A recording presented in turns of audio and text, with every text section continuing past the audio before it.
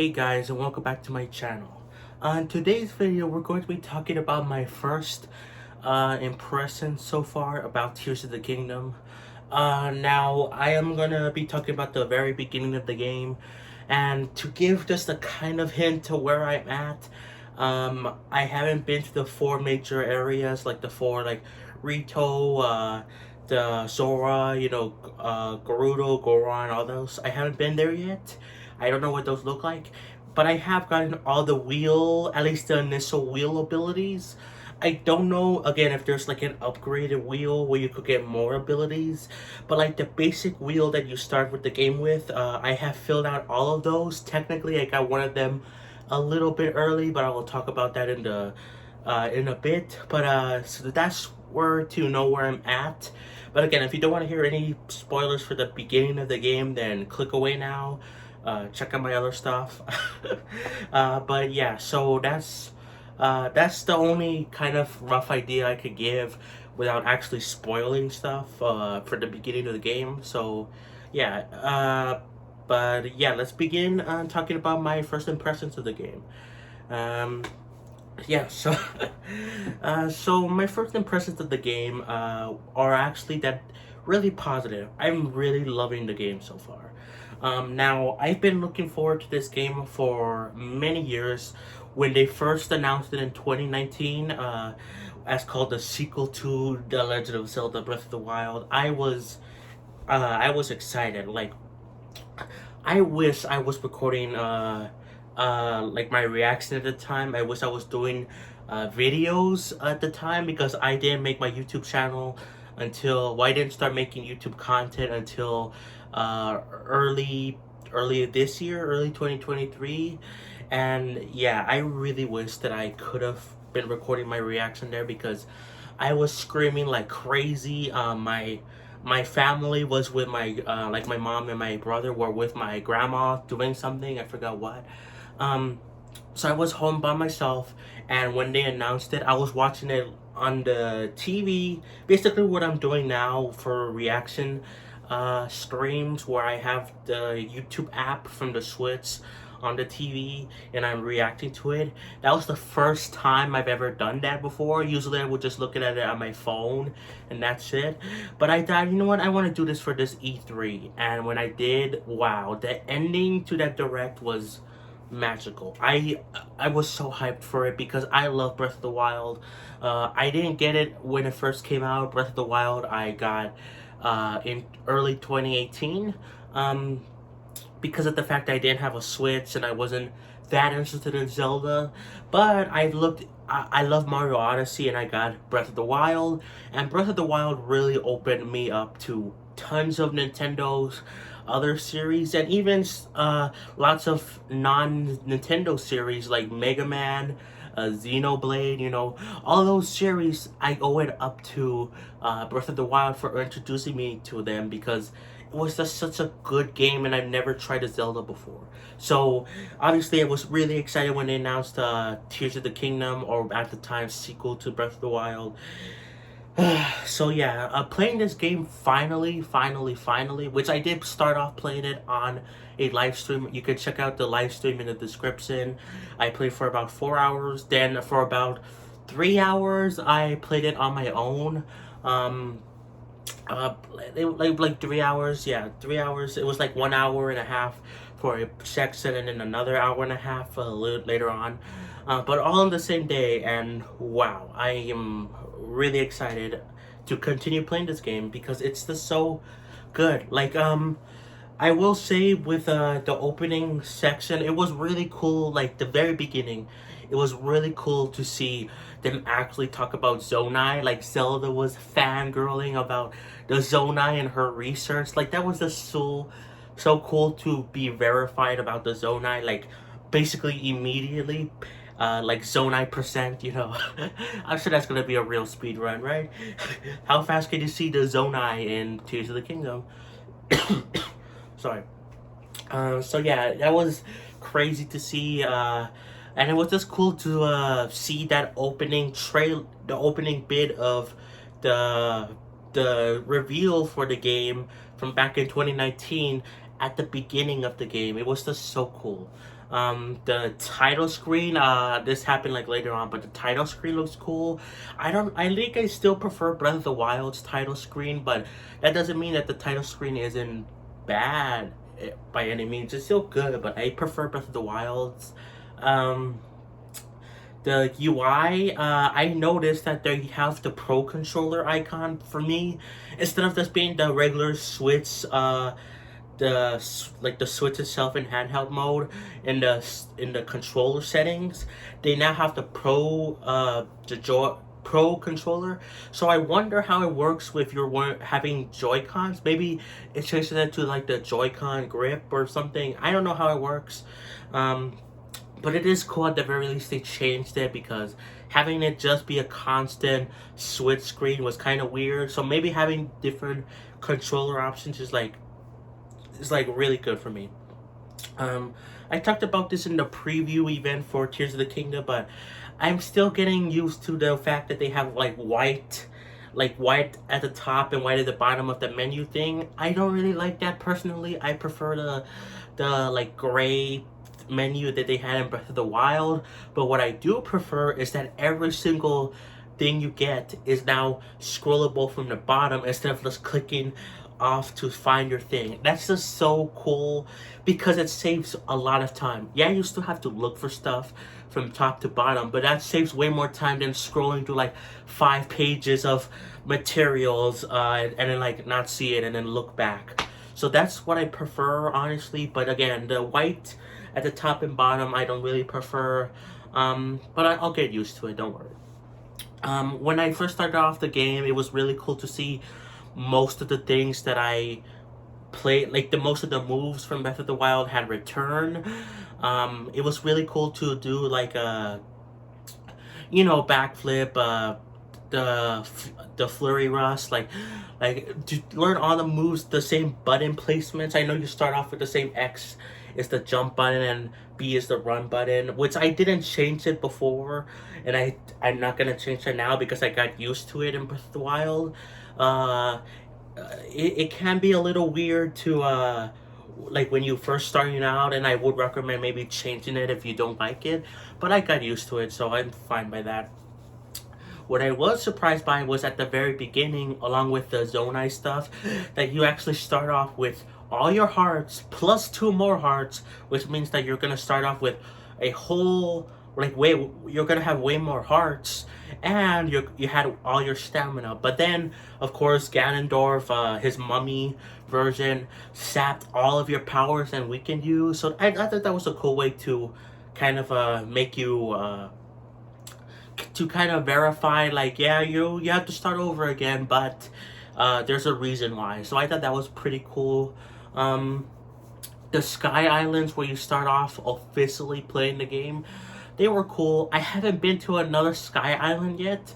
I do plan to do more of the Sky Island stuff, but I've been mostly just exploring the regular Hyrule and the depths, which was something that Nintendo kept secret for some reason. I don't know why, but the depths are really cool. They're really dark, but I really like the concept of them. There's a vast open world underneath Hyrule, and if you touch the goop or whatever, or gloom, whatever it's called, for a long period of time, you lose your hearts temporarily while you're in there until you get out, or until you find a light thing and it heals you. But yeah, that was really cool to see. Like, it's crazy to see how vast that underground is. Very difficult, and I will say that overall, I've heard this before from other people that played the game, is that the game feels very difficult, way more than Breath of the Wild initially did. Like, there's like points where I'm thinking, is this master mode? It's not master mode, because I had trouble with a boss. I will talk about that actually. Yeah. To get one of the abilities, which is called the auto build, I technically, I think, got it a little bit earlier, because you're supposed to do a 2-part quest with Pura's assistant or whatever. I forgot her name already. Which, by the way, seeing Pura back to her younger, older self. You know, basically how Lizzie looked a lot like in Age of Calamity. It was really cool to see her like that in Tears of the Kingdom, which makes me wonder. I don't know how much time has passed since Breath of the Wild to Tears of the Kingdom. I don't know how much time has passed. I'm gonna guess like maybe 5 years, maybe a little bit less, but I don't know how she got that much older. So yeah, but anyway, um, so we are supposed to do a two-part quest with that assistant thing, and I did the first part of the quest with Pyrrha's assistant to get the camera and Hyrule Compendium, so that was cool. But then I just decided to, because I saw this on Game Explain, that what's Game Explain, by the way, is they've been talking about some stuff that I would consider maybe spoilers, but the good thing is that when I looked up that video, they didn't spoiler the boss of. Okay, I'll talk about this in a bit. But so to get the ultra, not the ultra, the auto build thing early, you have to go to the Great Plateau, which I was gonna do anyway to see how it looked like, how different it was, which was really cool, very difficult, and actually pretty different. It's crazy to see how it looks now. So you go to a chasm that's where one of the shrines was in Breath of the Wild. You go down there, which the chasms are very deep, very cool, but so then you start to go like north from there, and that's where you get auto build. But I was not expecting at all to fight Master Koga from Breath of the Wild, and that was really cool. He actually had a way tougher boss than in Breath of the Wild. I actually struggled a lot, but if it was Master Mode, then you would know if I struggled a lot because he would have regenerated health, and he didn't regenerate health. But he was still pretty difficult, and yeah, really challenging boss. And I'm really happy Master Koga is back, and he confirmed that he fell to the depths with that big hole in Gerudo, in the Gerudo place, which I haven't been there yet. I wonder, can you go down there and see what's it look like? So yeah, that's really cool to get that confirmed. And I wasn't spoiled by that. Game Explained just said, "Oh, you fight a boss," and that's it. They didn't show Master Koga at all, which I appreciate. Thank you so much. Obviously, if you're watching this far ahead in this video, then you should probably know at least a little bit about this, I hope, or at least you don't want to know spoilers, so you skip the video. So hopefully I didn't spoil anything for you guys. But anyway, so yeah, that was really cool. And there's like some kind of side quest to like follow Master Koga and like the Gerudo mines or something. So I'm not gonna do that yet. I'm just gonna explore Hyrule first, then go to the major areas and then all that stuff. But yeah, also the game feels really big, like really big. We got the Sky Islands, which to my adjustment take up like maybe half of the overall map. Like they don't take up like a full map size, but they're like half of it from what I can tell. But then the underground, the depths, takes up half of the map completely. So you basically got like 2.5 times the original Breath of the Wild map. And of course, the original Hyrule looks different too. There's like different changes. Like it's really cool, and like yeah, it just feels so. It is so much bigger than Breath of the Wild, and I really appreciate that. I really like the new shrines in Tears of the Kingdom. They're very challenging, by the way. They're like I've done some shrines where like it took me like a while to figure out the puzzles. And this time I'm not gonna look up anything for Tears of the Kingdom like I did Breath of the Wild. I am sorry. My nose, I don't know. So yeah, it took me like a while to figure out this puzzle near the Lookout Landing, this shrine. Like it took me like I don't know, like 20 minutes to figure out. Like these puzzles and these shrines are really difficult, which if you saw me playing on my live stream, which again link in the description, I had trouble with the beginning area of the Great Sky Island because I was trying to do this thing.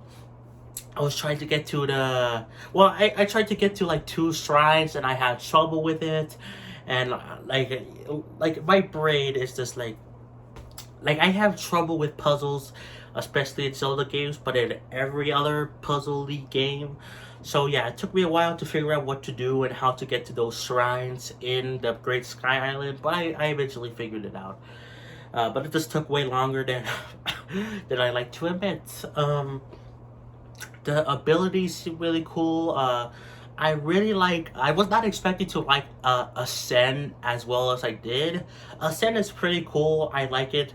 It's probably the weakest in terms of the new abilities you have, but it's still pretty cool. And I like it way more than I was expecting. Recall is pretty cool. I haven't used it that much, but from what I have seen, it's pretty dang cool. Um, I also really like a Fuse. Fuse is a game changer for me. I've been using that a lot. Not in the most big, not in the most fantastic ways, but a bit to increase my weapon power, my shield power. But they're still really cool. And Ultra Hand is cool as well. The only problem I have with like Ultra Hand is the fact that you don't move as fast as you did with Magnesis. With Magnesis, you could like tilt the controller really fast, and like it will go fast too. With Ultra Hand and all the other abilities, you still have motion controls, which I had some people saying in the previews that like, oh, there's no motion controls. Yeah, there is. What are you talking about? There are motion controls, but they're very weaker compared to Breath of the Wild, and honestly, I don't like that. So when you do it really fast, the Pro Controller, whatever, it doesn't go as fast, the Ultra Hand thing. But I am happy it works a lot like Magnesis, you know. The only downside is the fact that it's not as fast as Magnesis. So if you like pick up this spiky ball and try to hit enemies with it, you don't really hit enemies that well, or if you hit them, they only take a little bit of damage because you're not killing them really fast with Magnesis. So that kind of sucks, but overall they're still pretty good abilities, you know. For some reason in the wheel thing you also have the map. I don't know why you have the map there. That's kind of a wasted slot in my opinion. Like, why is there a map there? You could just press the minus button and it does the same thing. So I don't know why that's there. But I will also want to talk about Rumble, because like it feels like HD Rumble is back in Tears of the Kingdom. It wasn't there in Breath of the Wild because of the fact that they were making it for the Wii U and they only had some Rumble from the Wii U version to the Switch, so there was only a little bit of Rumble. But I'm noticing a lot of more Rumble in different places, and that's really cool. I don't know if it's HD Rumble, but it is definitely a more Rumble, at least, than Breath of the Wild, like way more Rumble. But I don't know if it's HD Rumble. But either way, I do appreciate some Rumble. Kind of makes the world feel alive, in my opinion, so that's really cool. Yeah, I mean, like, I think that's it for what I want to say. I mean, the new Sheikah towers are pretty cool. I don't really like how you can't stand on top of them. You have to like activate them and then you have to go slingshot all the way up, which is cool, but I wish you had an option to just look at the very top of the tower. So yeah, the new enemies, there's like a ton of new enemies than I was expecting. I was very surprised to see like a like there. The boss Bokoblin was really tough to fight. Like there's a ton of new enemies, way more than I was expecting, and I really appreciate that. There's also tree enemies, which look really weird. Like, why are there tree enemies? They kind of freak me out.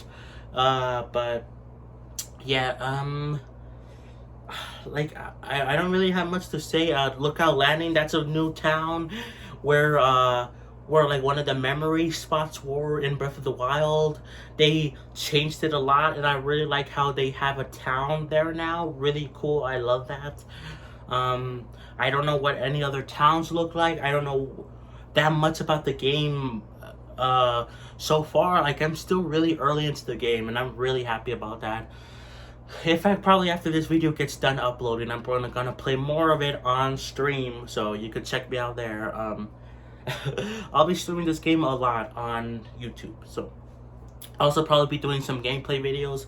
I think tomorrow's video will be a gameplay video on Tears of the Kingdom, so you can look out for that. But yeah, this game, I'm really excited to play more of it on the channel and also on my own. I'm not gonna force myself to just do it on the channel. I want to do it on my own as well, which is why I played like 3 hours on my own. But yeah, this game is like really good and I'm really enjoying it, and I hope you enjoy it as well if you're playing it, or if you just like hearing about it. And I'm gonna be playing it and talking about it more in the future.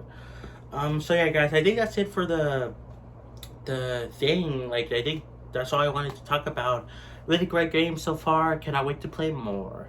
So yeah, guys, that's it. I hope you enjoyed, and I'll catch you guys next time for more Tears of the Kingdom and more other things Nintendo related. Peace.